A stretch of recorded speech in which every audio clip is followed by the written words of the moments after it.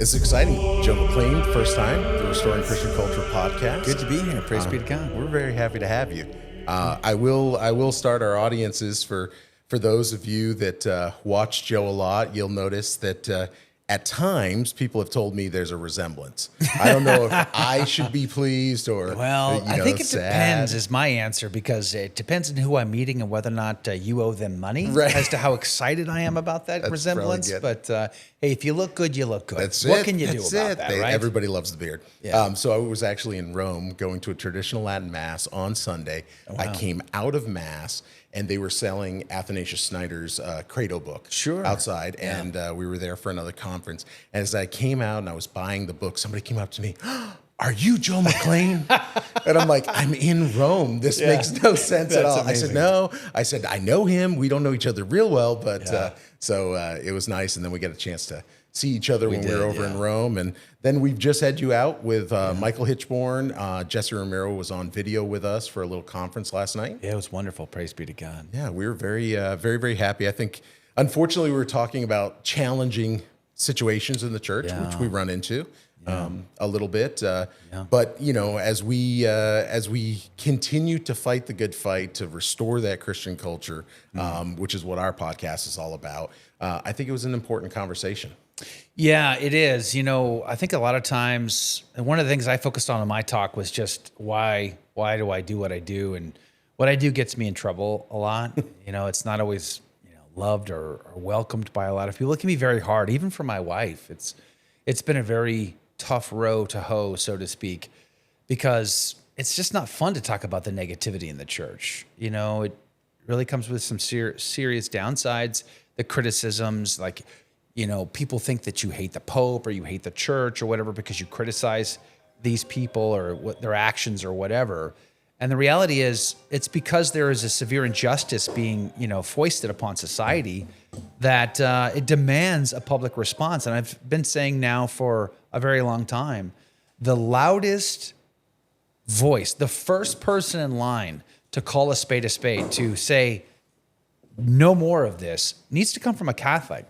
We don't need Hollywood or secularists or Protestants doing our dirty work. We should clean our own house. So I think it's very important that we speak up when things need to be said. They need to be said. And as difficult as they are, as challenging as it can be, the repercussions are whatever they are, we still need to do it because a public injustice demands a public response. So that's what we do.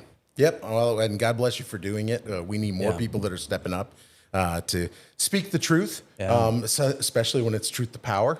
Yeah. That needs to happen as well. So I was inspired last night because you shared a little bit of your journey into where you are now. Yeah. And so last night I did not know many of those things that happened. Do you want to share a little bit with this audience, kind of that journey to where you came from? Well, I just spent, I left the corporate world in 2008.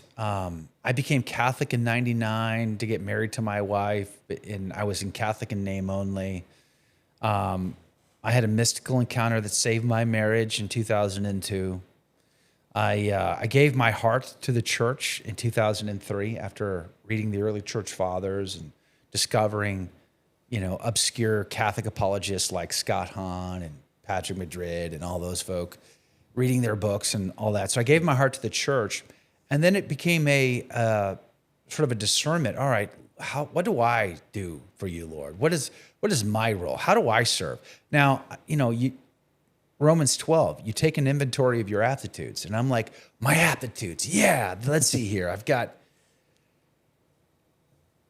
aptitudes. Yeah, somewhere deep down there's something going here. I just don't know what it is, Right. And the reality is, I'm a one-trick pony. There's only one thing I've ever been any good at: public speaking, which is why I got into radio in the 90s. I went to radio school in the 90s and worked in secular radio in New Hampshire. I worked at two different radio stations. I didn't know that, really. I'm from New Hampshire. What part? So I grew up in North Conway, and then we were married in the Manchester area. Oh, yeah. Well, I became Catholic at the cathedral in Manchester. No way. Yeah. St. Joseph's. That's wonderful. I asked my wife to marry me, at the Rock Remen that overlooks downtown Manchester. Yeah. It's a great story, actually. I carried a dining room table up to the top of Rock Rimmon, and I blindfolded her, carried her up. And at sunset, I took the blindfold off, got on my knee with a leather ring box, and asked her to marry me. And on the table was a white tablecloth with Chinese, or no, it was a red tablecloth, white china plates with a red lobster on it, with a silver candelabra with red tapers, and it was fantastic. That's where I asked her to marry me. And we're sitting there eating our lobster with the sunset. And she says, "You got to become Catholic." And I almost spit up. I'm like, "What? What do you mean?" No. I'm like, I was a Freemason at the time. I was a pagan heathen. I'd left going to church years before. So it was a bizarre, wild ride. But yeah, I became Catholic in New Hampshire. I worked at WHOB 106.3 in Nashua. Mm-hmm. In 92.1 I think it was in Milford. That's how I met my wife. That's awesome. She would listen to WHOB. I was doing news, traffic, and weather for WHOB on the morning show, and that's how we met. I was doing a live remote broadcast from Bertucci's Bar and Grill in Nashua when she walked in, and that was the first time I ever saw her. And I had an interior locution. "This is the one," and I'm like, "What just happened?" So yeah, it was a wild ride. But yeah, in fact. I still remember the day I gave my heart to the church. I had just, like I said, I went through the early church fathers, just voraciously reading all this stuff.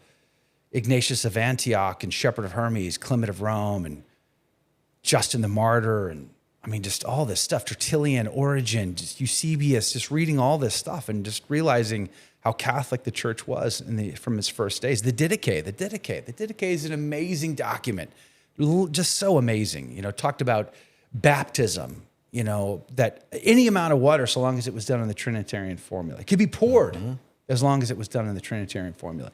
Going to confession before receiving communion. This was written in the mid-50s AD. Peter hadn't even been crucified upside down. Peter and Paul were still alive when this document was written and being circulated throughout the early church. That's amazing if you think about it. So all of that, and then for me, the last straw really was the Eucharist. Was Jesus being literal or figurative in John 6? Now, I know Ignatius of Antioch talked about the flesh of Christ in his letters, the 7 epistles he wrote on his way to being martyred in Rome. And that was 110 AD, so very early. Right. Of course, like I said, the references to the true presence in the Didache and other documents in the early church were present.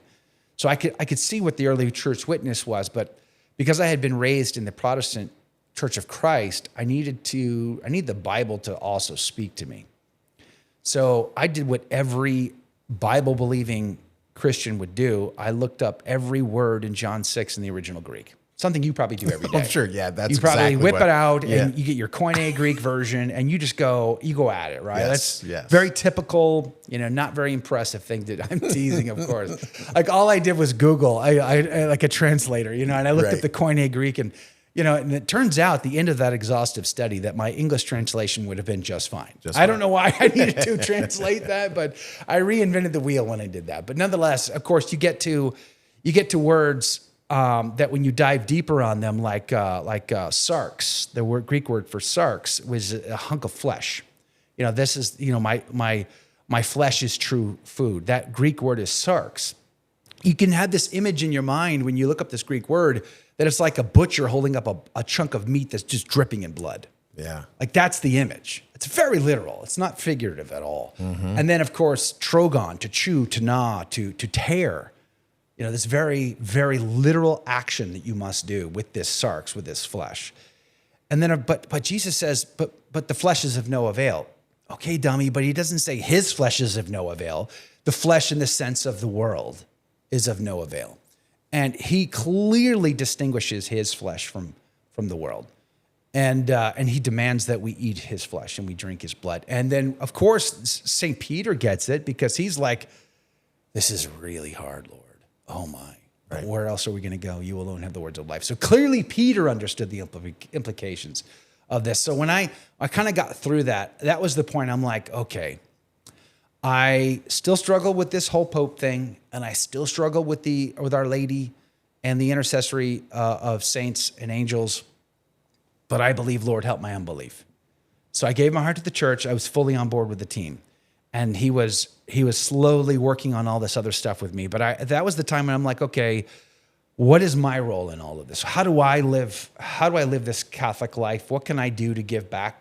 How do I expand this for God's glory, for the salvation of souls? And that's when I did that inventory thing. And I realized, okay, well, the only thing you're really never good at was public speaking and radio.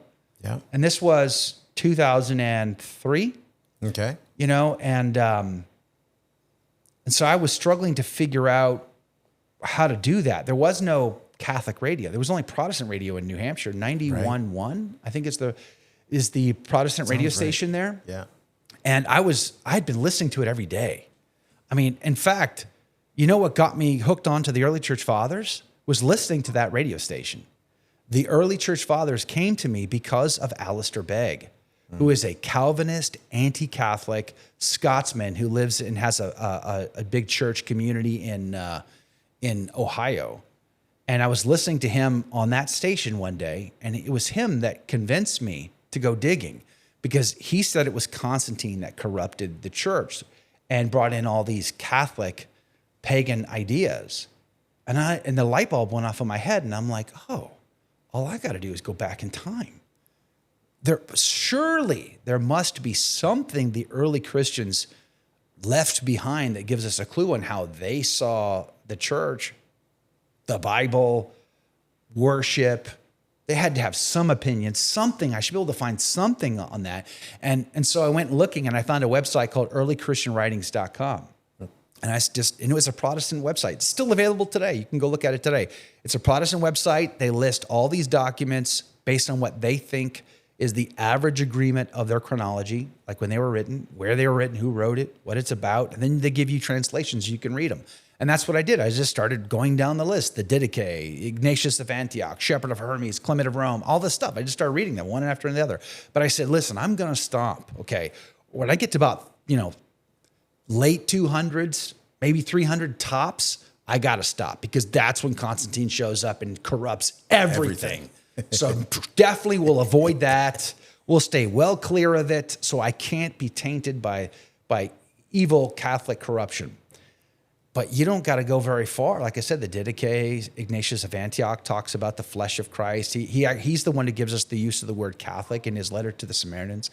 He's on his way to Rome to be martyred for the faith.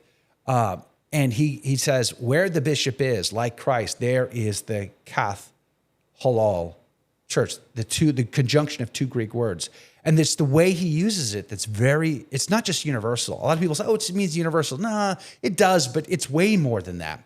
It's the wholeness, the fullness. Where is the fullness of the faith found? It is found in union with the bishop. It's a powerful idea of hierarchy. Yeah. That is where the Catholic Church is. Why did he say this? Because when Ignatius was on his way to being eaten by lions in Rome, there was yet another persecution going on. Lots of persecutions from the early church all the way up to the Edict of Milan in 313 AD. One after another after another. They're regional, some are empire-wide, but one after another. And he had just gone through one. And Trajan's in town, preparing for a war with Persia. He's in his backyard, and there's yet another, Trajan, I want all you tribes on the same page, because I'm going to go to war, and I need everybody on my team. So everybody show up and make your pinch of incense offering. And he's like, you can't do that, guys. But he knew that he had Christians in his flock who had just been persecuted. Some of them died, some of them maimed and tortured, and he wasn't sure that they can endure yet another one. And because now he had even more challenge than he had before as their bishop, because now he had the Docetist heretics in town. The Docetists, they looked like Catholics. They had smells and bells. They had vestments and liturgy. They had the language, all of the accoutrement of the church. But what was different? Well, they were heretics. They didn't believe, they believed that the body was always evil and the soul was good. So the body can do whatever it wanted. It didn't matter. And that often played out in perverse sexual practice, by the way. Yeah. But the other thing they believed in is it didn't matter if the body offered incense to Caesar. Who cares? It's just what the body does. The body's evil. The soul is good. It doesn't matter. So because the Docetists were like, we're not going to be tortured. No way. We're not going to be persecuted. We're going to get to operate as long as we're team players. As long as we're on the team and we cooperate, then they'll leave us alone and we get to do whatever we want. That was the Docetist way. And Ignatius had to compete with that. So some sources say he volunteered himself as a sacrifice. Other sources say he was tracked down and arrested. Either way, he became the chief prize of Trajan. And that's why he was sent off to Rome to be offered in the games in Rome in 110 AD. But on the way, he writes these 7 letters, and he is a first century witness. 110 AD, he was an old man by then. He had learned the faith from John the Apostle, who stood at the foot of the cross and watched your Savior die for you. That's where he learned the faith. It's an amazing thought. And so his 7 letters, are a keen insight into the earliest days of Holy Mother Church. And he gives us this powerful witness of, you must be faithful even to death, even death on a cross. Just as St. Paul says in Philippians, right? So reading that stuff blew my mind. And when I gave my heart to the church, and I was in 2003, 2004, and I'm trying to find my way, figuring it out. And I knew that I had this, only this one gift, and I wasn't sure. And I was kind of into apologetics and all of this stuff. So I said, you know what, I'm gonna find some way to do this again. And there was this brand new thing, like nobody had heard of it before. It's called podcasting. It was literally brand new. And so me and a gentleman named Brad Lender got together, and we were like, you know what, we're going to start a Catholic radio station in New Hampshire. So we decided, we went to adoration together. We were praying about it. We were like, we didn't know anybody who had money or anything. Like we just knew that New Hampshire needed a Catholic radio station. So in the meantime, we created a podcast. 2005, we are podcasting the mass readings for every Sunday until the USCCB said, stop using our translation. No way. Yeah. I mean, what's funny is I know Brad. Yeah, We're friends. He's a great guy. He's a fantastic guy. That's the wild. Lender family is amazing. Yeah. Really, really amazing. So we were doing the podcast light years before everybody else was doing Catholic podcasting. We were doing that. And I ended up, we weren't able to get much traction on the Catholic radio thing. So I was working 3 jobs because part of this journey meant bringing my wife home from work. She was making more money than me. She was a paralegal in Concord. Mm-hmm. And so when we started our family, we wanted to homeschool because the Catholic school system was horrible. Public school system's worse. Yeah. So we wanted to give our kids the best opportunity. So we decided we were going to homeschool, which meant she had to quit her job, which meant I had to pick up the paces to make ends meet. So I ended up getting 3 jobs. So that was also hampering Brad and I's efforts. It's like I was never available because I was, going from one job to the next. Plus I was trying to finish night school and college and all that stuff. So I was just really stretched thin. And I prayed and asked God to help me consolidate all of that. And he gave me an opportunity to move the family to Houston, Texas. Wow. And that gave me one income that all the other 3, were trying to provide before. So I moved the family to Houston, Texas. And I still wanted to do this evangelization through media. And I was working in the corporate world at that point, not in radio. When I had to make the decision, do I pursue a radio career or this woman that I feel I'm supposed to marry? And then, of course, that led, to getting life going and everything else. And so I had been out of radio for a bit. I'm in corporate world that has a promising financial future. Right. And, so it was a good opportunity that required a lot of hard work, but, it had a very bright future for me. But I still wanted to do media, evangelization. So I, limited time, limited scope. So I decided I was going to do another podcast. And I created a podcast called The Catholic Hack, HACK. And I did that intentionally just to say, listen, I'm not a genius. I'm not a theologian. I'm just an average guy doing some average apologetic work. Mm-hmm. That was sort of the idea. And all I had to work with was my lunch hour. Okay. So I would I'd run from my office, run downstairs into the parking lot, sit in my 1998 Dodge Grand Caravan with no air conditioner because it was from New Hampshire. Right. And they don't do air conditioning in New Hampshire because why? It's New Hampshire. I mean, one sneeze and you're a polar bear at that point. It's pretty far to the north. So I didn't have an air conditioning unit in this van. So I would sit in my van in the parking lot in Woodlands, Texas, rolled up the windows so I could have some soundproofing. And I would, on my laptop and a $15 microphone from Walmart, I would record my podcast on Catholic apologetics. And that started to expand, and I was building an audience through this podcast. And then I expanded it because Skype was a thing.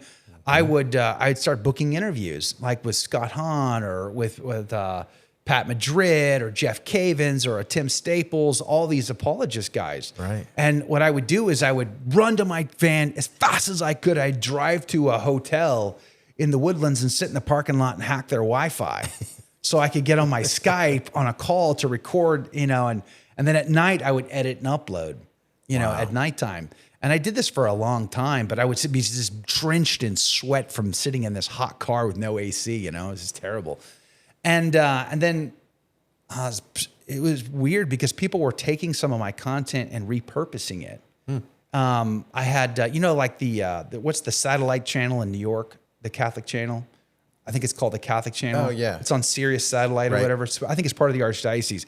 There was someone hit there that a part of that caught wind of some of my content, and they were snipping out my interviews and repurposing it on the satellite channel, on the Sirius Satellite channel.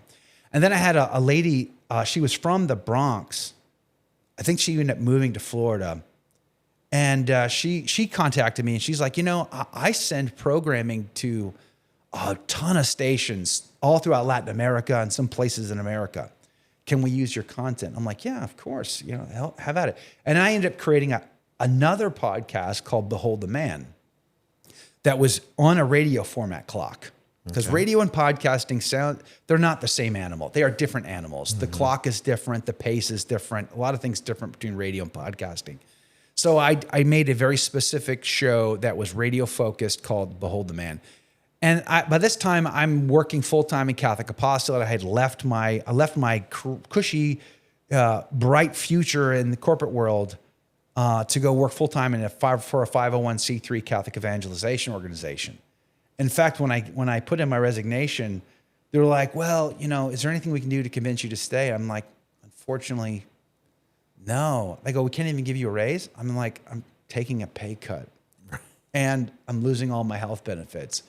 So yeah, money can't even buy me to stay. You know what I mean? Like it was, I couldn't believe I was doing it. Like, taking a pay cut and losing I haven't had health insurance since, since that time. And, so I was in Catholic evangelization full time, and I was still doing podcasting as often as I could, and I did that. I worked for that organization for like 5 years, and then I got a chance to work full time at Catholic Radio, and I went to the work for the GRN, and for 10 years I worked for them. I ran the station in Houston, and ultimately ended up doing the full time morning show there.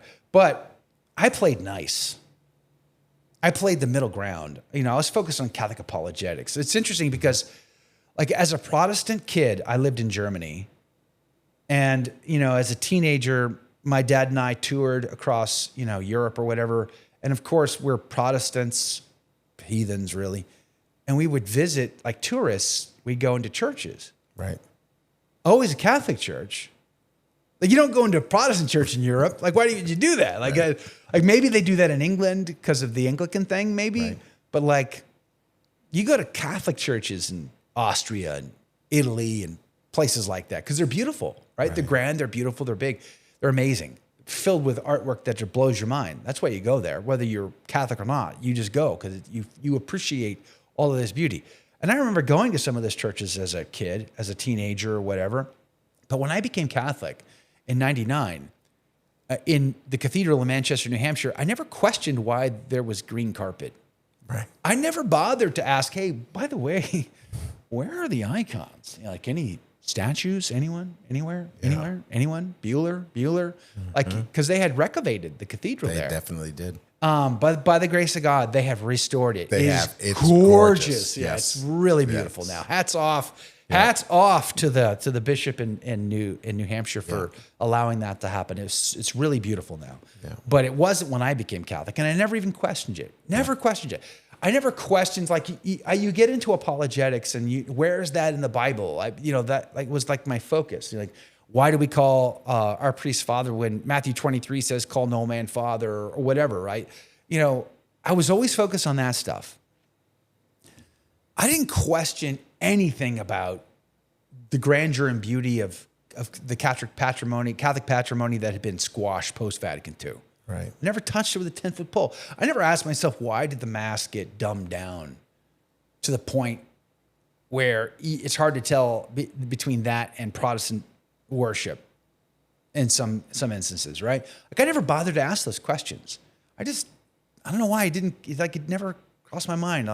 So I was playing that middle ground, playing it very safe. And in Catholic radio in particular, my job was to be Mr. Catholic Radio for all of Houston. So be very involved. Right. Know everybody, meet everybody. Always, I was working 7 days a week many times, just trying to get to parishes and be at every Mass and, beat the drum and sound the alarm and, hey, we need your help and all this stuff.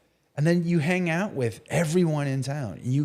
Sister Pantsuit, Sister Polyester Pantsuit. I hung out with them. Permanent deacon centering prayer guy. And in Houston, it seemed like all the permanent deacons were into centering prayer. Right. I'm like, so I did, you play nice with all of these people and you just sort of ignore their heterodox positions and just, but at the same time, I was struggling with this internally because I remember going to That Man Is You. Right.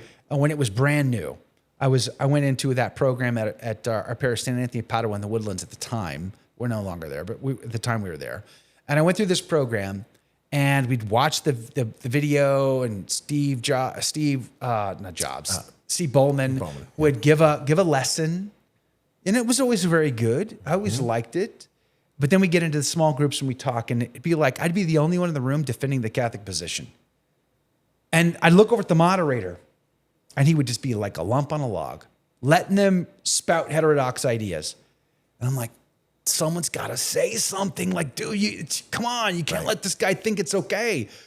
You might have a different opinion, you might not truly understand Catholic teaching or whatever, but you're not allowed to leave the room thinking that your idea is a good one. Right. You know what I mean? Yep. And so I'm like, okay, so I started speaking up, and it always became a battle. And frankly, I didn't like it because I became the jerk in the room. Right. And every time my only interaction with these people was to be the jerk. And I'm like, that sucks. Yep. Right. And I remember one day getting really upset with him and this group, and not everybody in the room was like that. Some of them didn't want to ever talk. They were too cowardly to defend the church. So they just sort of sat there quietly. But there was 2 or 3 of them that were definitely heterodox positions. So I was just always a debate.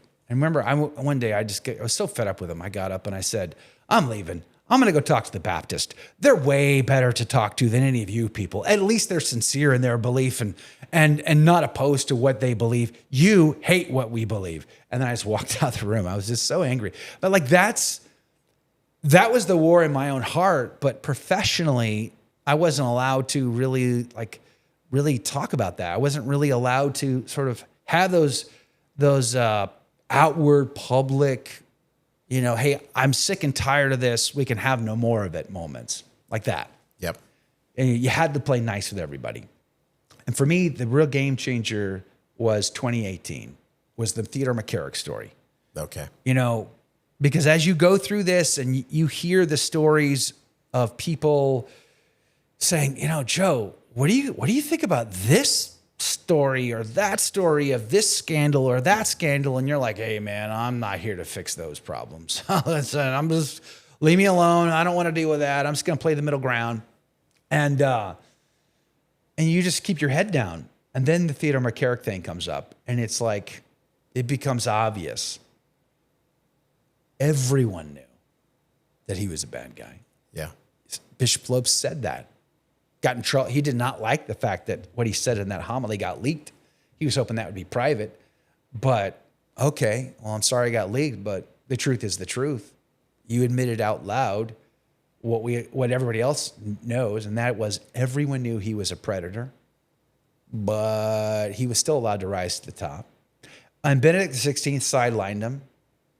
Why only sidelined? You're the Pope. You're the vicar of Christ on earth. You wield the chair. You know, you could have laid the hammer on the guy. You only sidelined him, sorta. He was still being protected. He was still being cared for. You know, it's like it's still a grave scandal, under Benedict XVI, in my opinion, but he gets sidelined, gets reinvigorated under Francis, rises to the top again, and then goes overseas and negotiates a Vatican-China deal. And everyone knew? Okay, well, when he got reinvigorated, did anybody do anything about that? Mr. Everyone Knew? No, you didn't. You and nobody else, right? Nobody who knew him, who was from the Pittsburgh team or from the Washington, D.C. team, all of them knew, and nobody did anything about it. Even Vigano, to be honest with you. Vigano had to come to a red pill moment. Right. He knew before that. Yep. It wasn't like that was news to him. He was well aware of all of this prior to, he admitted that in 2018. And so when Vigano is writing what his heart is telling him, and everybody is going, yeah, we all knew. And, so in other words, we all sat by and were the coward. All of us, Vigano, myself, all of us who knew, sat by and did nothing. And that was the moment I'm like, I can't do this anymore. I can't play Mr. Nice, pretend like everything's okay. Can we all get along and just turn my cheek on the scandals in the church and not do anything? I felt like I'm going to give an account someday for what have I done with this microphone? Right. Did I do the right thing? Did I speak up, or was I quiet because I wanted to protect my professional career? Because I was striving. Someday I was going to be at the highest level of Catholic media or whatever, and I needed to rise through the ranks and all this stuff. And am I protecting my reputation, my advancement potential, or am I going to be honest and sincere about what it means to truly love Christ? I fill up that which is lacking in the sufferings of Christ, St. Paul says in Colossians 1:24. What does that actually mean, to fill up what is lacking in the sufferings of Christ?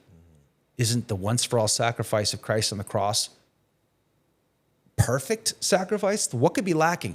The answer is me. The answer is you. The room that Christ leaves in his passion is for you and for me to join him on the cross.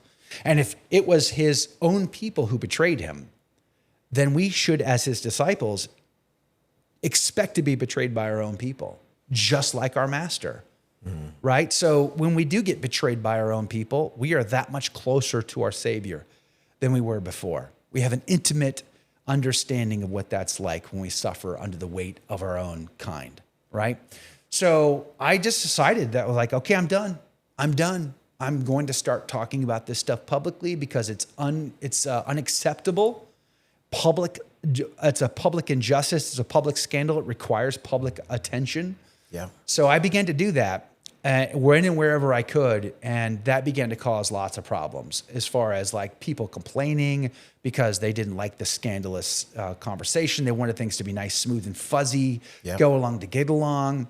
And then at the same time, we get into the 2020 and the pandemic and the lockdown, and every bishop in the world closes their doors. Wimped out. Absolutely. It's unacceptable that Easter was canceled in 2020. Absolutely, I agree. There's just no excuse. I'm sorry, where there's a will, there's a way. That was my moment. Yeah. That's when this is unacceptable. Yep. No. I mean, there's going to be a reckoning over that one. You canceled the highest feast day. Oh, but what about the public safety? Where there's a will, there's a way. Yep. You want to do it in a football field? Fine. Go do it in your football field. Go do it in a parking lot. Everybody stays in their car. Where there's a will, there's a way. You have chosen to shut your doors. The world needed sacramental grace, and you cut it off. Yeah. You thought like the world, the flesh, and the devil, instead of God's ways, which are way above ours. St. Charles Borromeo didn't bat an eye at the bubonic plague. Right. He had masses set outside, by the way, but he always gave communion out. Didn't cancel a mass because of the bubonic plague. But we shut our doors. And like, this was like the next shoe to drop. And I'm like, you cowardly whatevers. I'm like, I remember just bawling my eyes out, watching a flipping mass on a TV screen for Easter Sunday. And my kids are like, what's wrong with Dad? I'm just angry. And I remember going to confession, you know, I'm just like, bless me, Father, for I have sinned, for I hate these people that have done this. And he was like, oh, please forgive us. It's like, oh man, I was so angry and bitter. You know, it took a lot of asking God for grace and mercy and healing to sort of want to ask my priest to forgive me for feeling that way. Right. You know? And that was just like the next shoe to drop, to say, you know what? We can't do this. We can't sit idly by and pretend like this ain't happening. This ain't real. Someone's got to say something. Someone's got to do something. So I did. And I got more and more intense. And that intensity got me in more and more in trouble. Right. And it was a point where I was firmly resolved and I was on the air 5 days a week. I was firmly resolved to deal with this stuff head on. But I knew that I was prepared to take the risks for that. Getting fired. Okay, yeah, that puts my family at risk, but I was willing to take those risks. But I knew there were a lot of people on the staff of the organization I worked at that were not willing to take those risks with me. Yeah. They were definitely not on the team. They had no desire whatsoever to talk about the stuff that I was talking about, dealing with stuff. I, as much as I'm like, you guys need to wake up. Right. As much as I was still like sort of feeling that way, I also said, you know what? I'm not comfortable risking their livelihoods if they're not on the team. You want to volunteer. Like, you want a willing giver. Yes. Like, it's like many times I can force my wife or my children to do whatever I'm looking to do, but I want them to be willing. I want them to want to do it. I want them to be on the same team. I want that for my colleagues too. Yeah. So it was very clear, the tension between myself and my employer at the time, that this was not going to work out. Right. We were going back and forth on a lot of this. And Joe, can't you just soften it? No. No, sorry. Yeah. No. Once your eyes are open. Wolves wearing sheep's clothing are devouring the flock.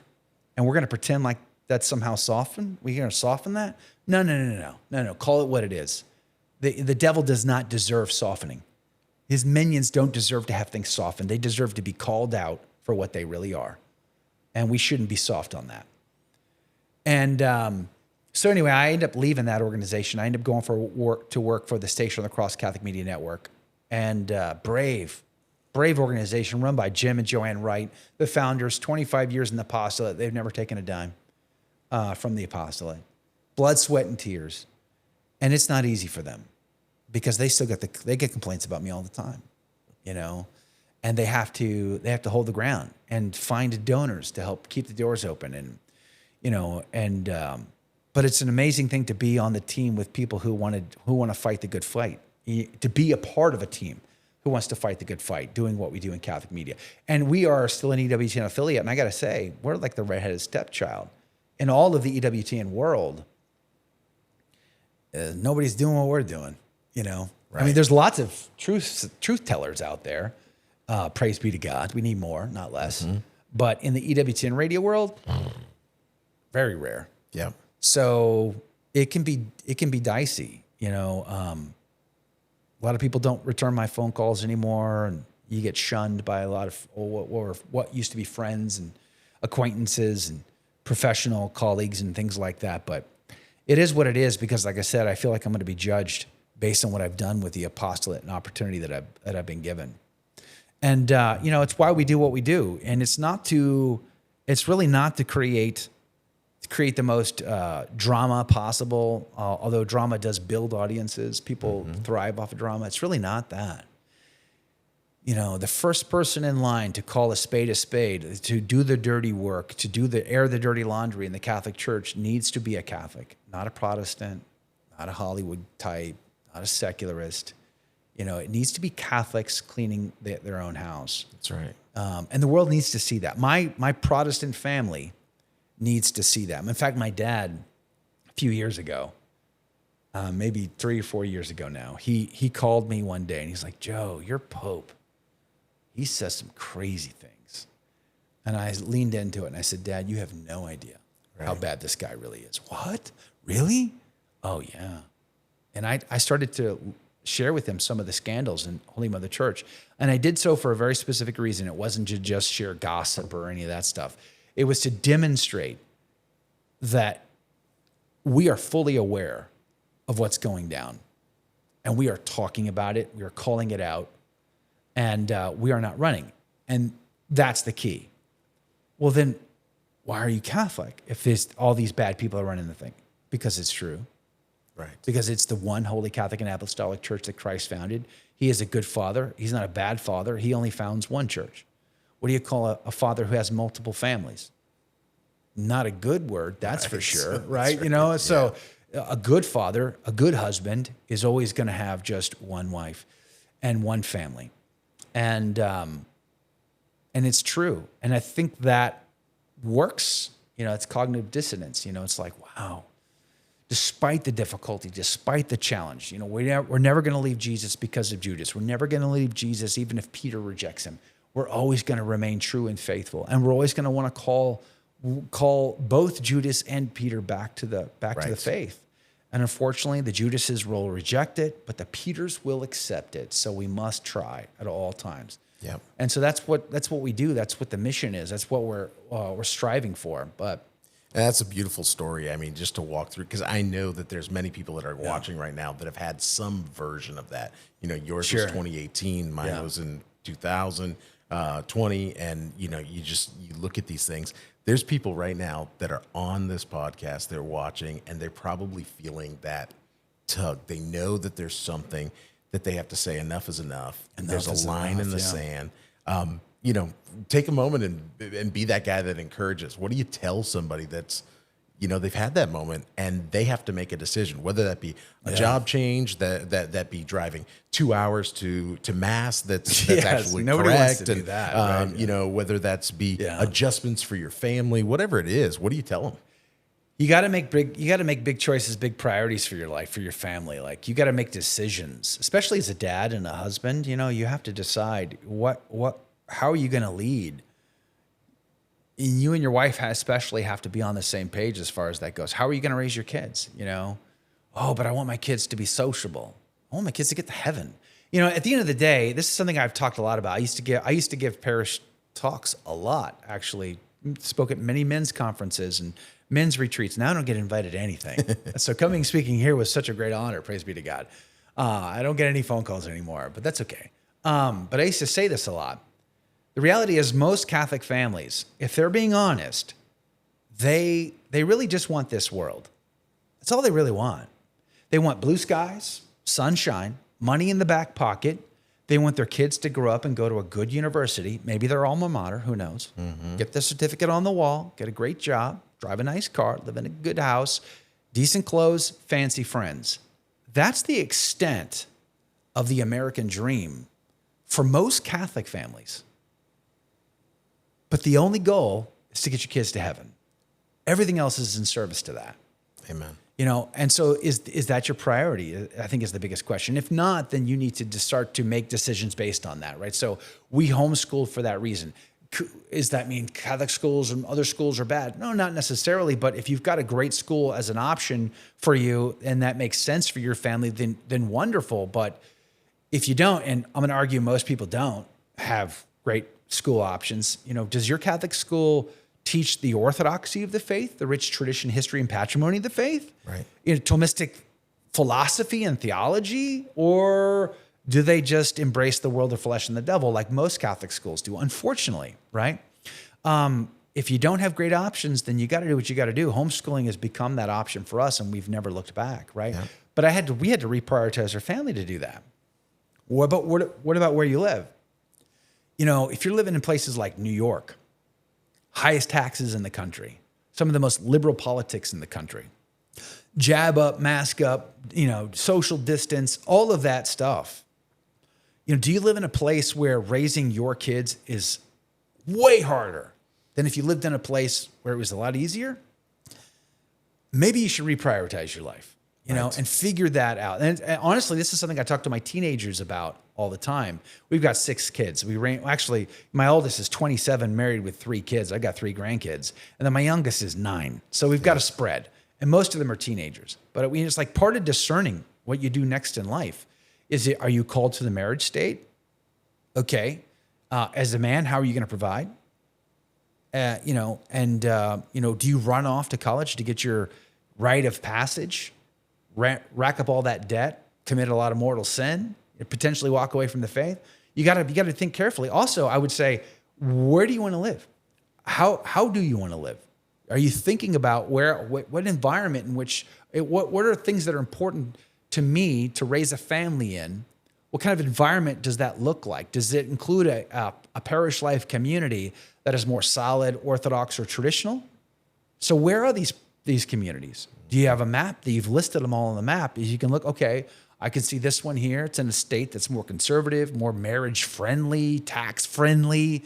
Great. Is it near a town I can get a job at? Is there internet there that I can do work online or something? Like I think you have to discern that. Like even before you go on your first date, I'd be thinking along these lines, because when you go onto that date and you start to talk to these potential, spouses someday, you have something to talk about. Like, tell me about what you see marriage. What does marriage look like in your world, right? Right. And when you're interviewing, her parents, and you pull out your board, your list of all the questions you're asking her parents, because you want to know what her parents think. Because if she has crazy parents, maybe that's a clue. I don't know. You know what I mean? So like you're asking all these, like, what is it? What kind of environment do you want to live in? A place like the city that has parks and museums, or do you want to live in the country? Do you want to live in, a small town, a medium town, a large town?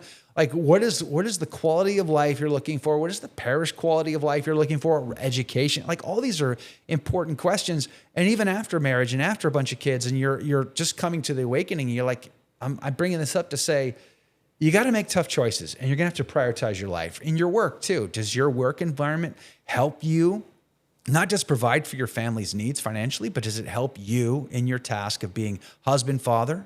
Or the many women work, of course, in the workforce. Yeah. Is that job helping or hurting the overall process? If you work for a company that's severely woke, embraces insane heterodox ideas that are harmful to souls, what's more important, the paycheck or your own soul? I think you have to reprioritize. But Joe, I can't go make enough money elsewhere. I understand. So maybe we are selling some stuff off. Maybe we're living in a state that's cheaper to live in. Yeah. To change. I think I'm not saying like burn everything down today. I'm saying like discern, ponder, pray, and begin to make those changes as you can to reprioritize your life. And that's a slow process. It's not a fast process, but I would say that's the encouragement I would give is begin to make definitive choices in your life and for you and for your family that will realign your will with God's will for what it means to sojourn in this planet, and not just go, oh, well, it's too hard, I can't do it. Yep. Right? Do the tough thing and start to make those choices. Now, for us, it's meant living in a neighborhood I don't love. I don't love the neighborhood. We've been there, 18 years, 15 something. Wow. We've been there a long time. Yeah. But it was the lower middle class neighborhood that you can afford a mortgage at. But I don't love the neighborhood. I want to leave so badly, but it meant living within our means. That's hard to do. Yeah. It's not fun. I don't love it all the time. But it is what it is, right? You have to prioritize. So I think that's great. Stop running from it, I guess. That's it. And, the Lord's going to meet you. He's going to ask you for an account of your life. The sacrifices are there. It's important. I think this has been great. I appreciate you coming on the podcast. Thanks for having me. I'm hoping we'll do this again. Someday, if I can, get all this far out here, like, whew, it's not that bad. We have a nice room. You do. Yes, you do. Yes, you do. It's been wonderful. Thank you. Well, we appreciate it. And for everyone that's out there, this is what we have to do, especially fathers. We talk about this a lot on our podcast. We've got decisions to make, and the world needs the restoration of a Christian culture. We've got to do it. And so let's take those steps. Amen. Praise be to God. God bless you. Thanks, Dan. God bless you. Appreciate it. All right.